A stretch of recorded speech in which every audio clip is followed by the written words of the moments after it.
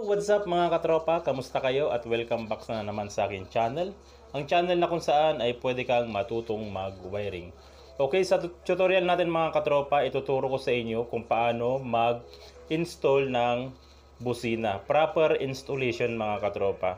So mga kailangan natin mga katropa, bago natin gawin yung tutorial, ang mga kailangan natin ay siyempre yung relay.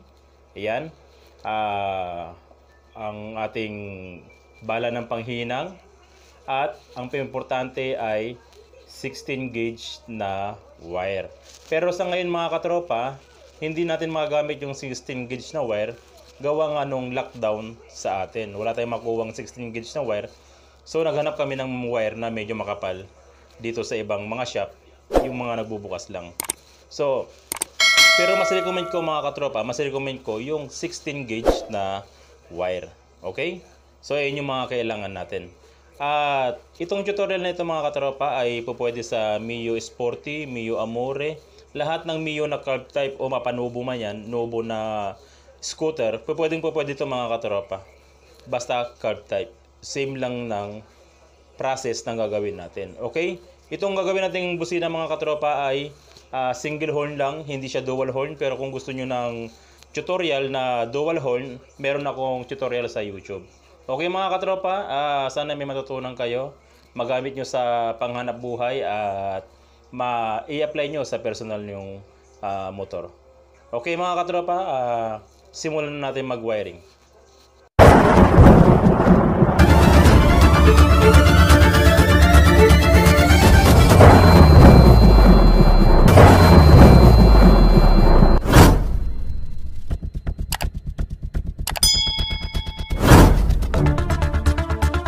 Mga katropa, huwag niyong kalimutang suportahan ang aking channel. Huwag niyong kalimutang mag-subscribe upang makatanggap kayo ng tip tungkol sa pagwawiring.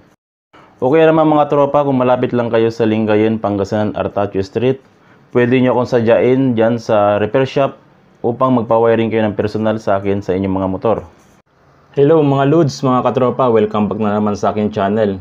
Ngayon tuturuan ko kayo kung paano magkabit o proper installation ng busina dito sa Mio. Yan. Yung ikakabit natin mga katropa, itong Bosch na Evolution. Ito yung version 2 ng Bosch. Yan, ito.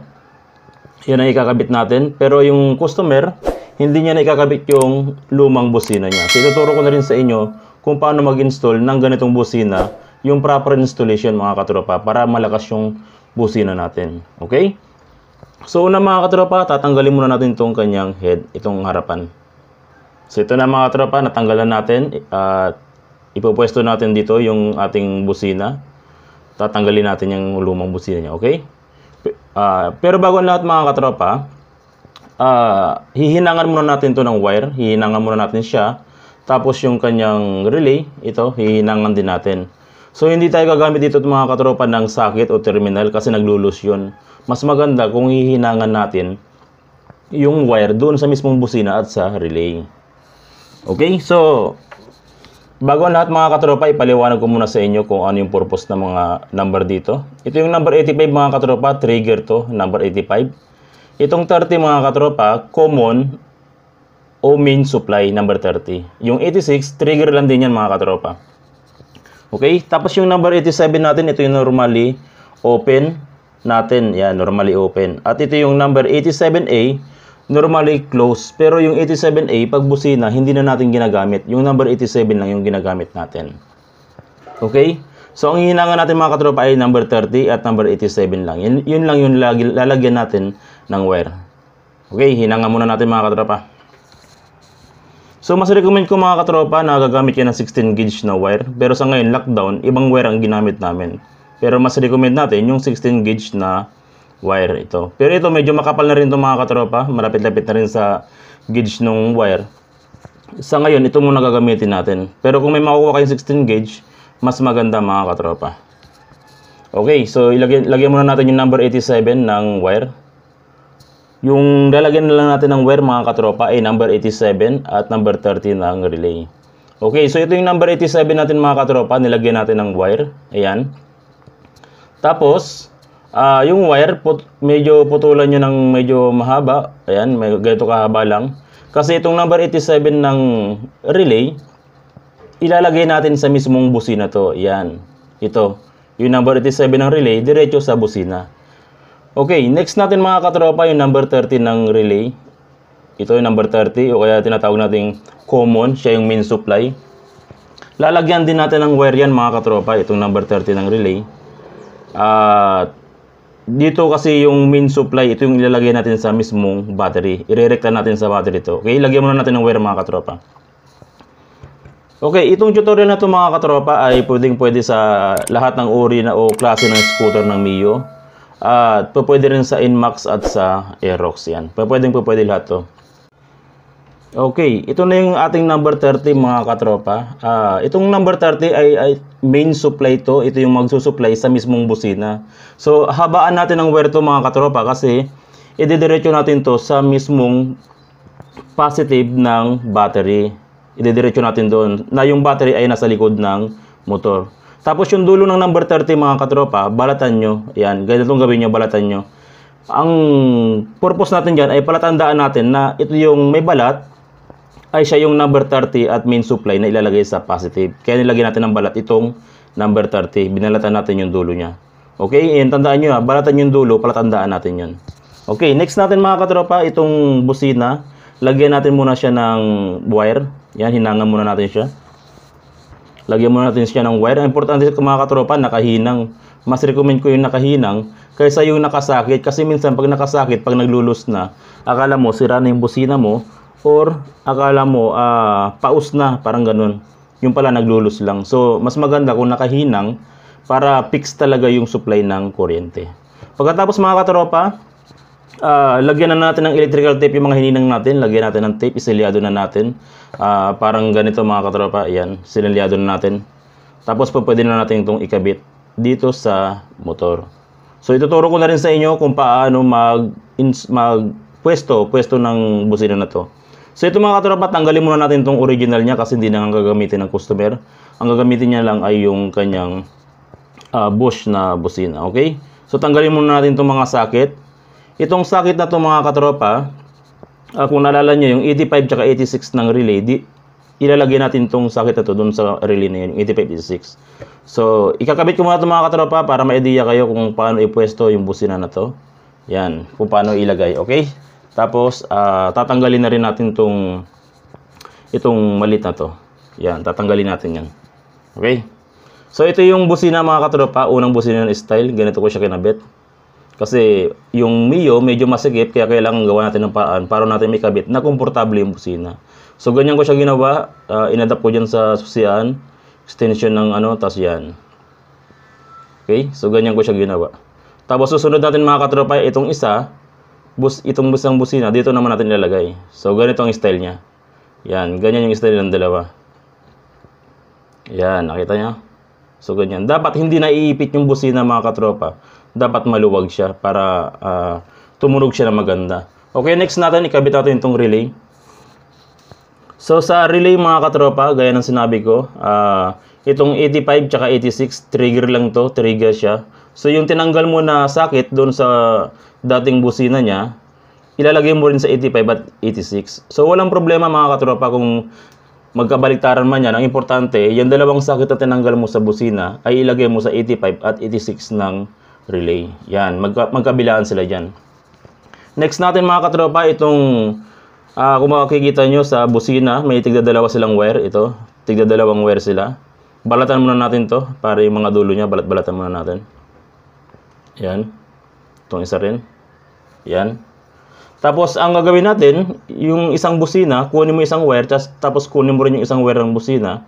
Pag dikitin mo sila, yun. Tigi isang wire muna sa bawat busina. Yan, pagsamahin mo sila. Walang polarity ito mga katropa. Importante, pagsamahin mo yung bawat wire. Yan, pang sisiris mo lang siya. Yan. Ganyan. Okay? Walang polarity ito mga katropa kung saan yung negative at positive. Walang polarity ito. So next natin mga katropa, itong relay. So sa relay, meron tayong number 87. Putulan muna natin ng konti ito kasi medyo mahaba. So sa relay, meron tayong number 87 mga katropa. Ayan, yung number 87 natin, ito yung normally open. Ayan. Yung number 87 natin mga katropa ng relay, ilalagay natin dito sa busina. So walang problema kung kahit saan dyan sa pinagsama nating busina. Pwedeng dito o dito sa kabila. Walang problema. Basta ilagay nyo dyan sa busina. Yan. Okay, dito natin ilagay yung number 87 ng relay. Yan. Balutin muna natin ang electrical tape. Okay, so ayan yung ating number 87 ng relay. Okay? Next natin mga katropa, yung number 30 natin. Ayan. Number 30. Papuntang battery na ito mga katropa. Kaya hinabaan natin to ng wire. Kasi irerekta na natin to sa battery, sa positive ng battery. Tapos sa dulo, kaya natin ginalagyan ng palatandaan para alam natin na yung may balat o binalatan natin ay number 30 at positive. So, ibig sabihin, siya yung number 30 at positive. Kaya nilagyan natin ng balat. May palatandaan tayo. Okay? So, kahit pare-parehas yung kulay ng wire natin, may palatandaan tayo. So, itong natitirang wire ng busina mga katropa, matik, ito yung ground natin. Ito yung papuntang battery to, magisilbing ground ng busina to. So, huwag kayong magbabody ground. Lahat ng positive at negative, irerekta natin mga katropa. Okay? So, naglagay tayo ng extra wire dito sa ground. Ito yung number 87 natin at ito yung ground. Nilagyan natin ng wire. Okay, sa dulo ng ground mga katropa, ayan, pakita ko lang sa inyo. Sa dulo ng ground, wala siyang balat. So, may purpose tayo dyan. Kung yung number 30 binalatan natin, ito hindi natin babalatan para malaman natin na siya yung ground. Siya yung ilalagay natin sa ground sa battery. Ito yung ground ng busina. Kaya hindi natin binalatan. Yan. Tapos ito yung number 30. May balat siya para ma-determine natin na siya yung number 30 o common ng relay na ilalagay sa positive. So, ganito yung maging system yan mga katropa.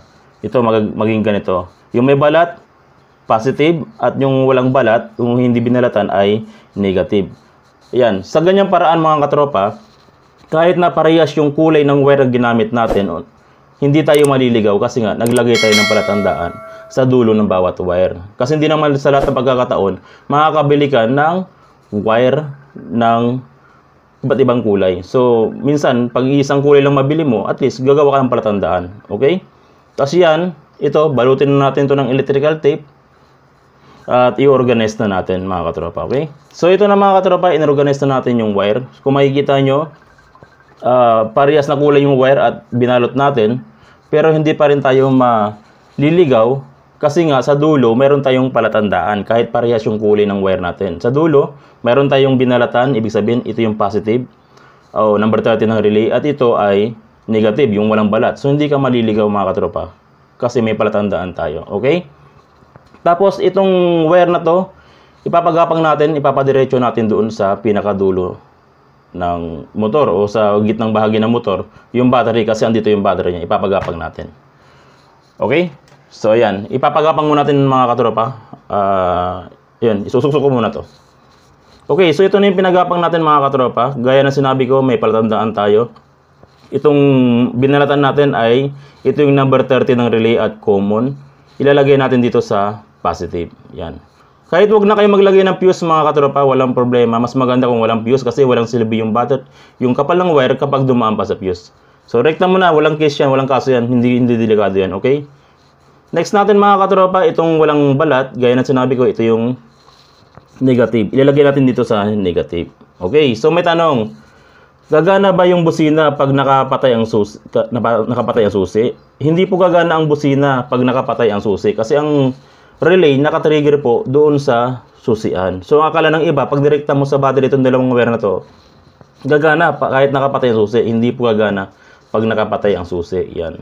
Okay, yun po ang ano natin. Kasi yung iba nagtatanong, ay direkta sa battery, gagana yan kahit nakapatay ang susi. Hindi po gagana kasi yung relay nakalagay sa susian.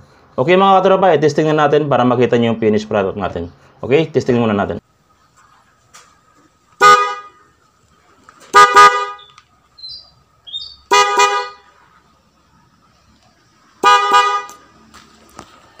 So, yun lang mga katropa. Simpleng pagkakabit mga katropa. Maraming salamat sa inyo. Basic wiring na naman to. Sana may natutunan kayo at magamit nyo sa panghanap buhay. May apply nyo sa personal yung motor mga katropa. Maraming salamat sa inyong suporta at umasa kayo na maglalabas ako ng panibagong wiring basic man o malaking wiring. Thank you. God bless.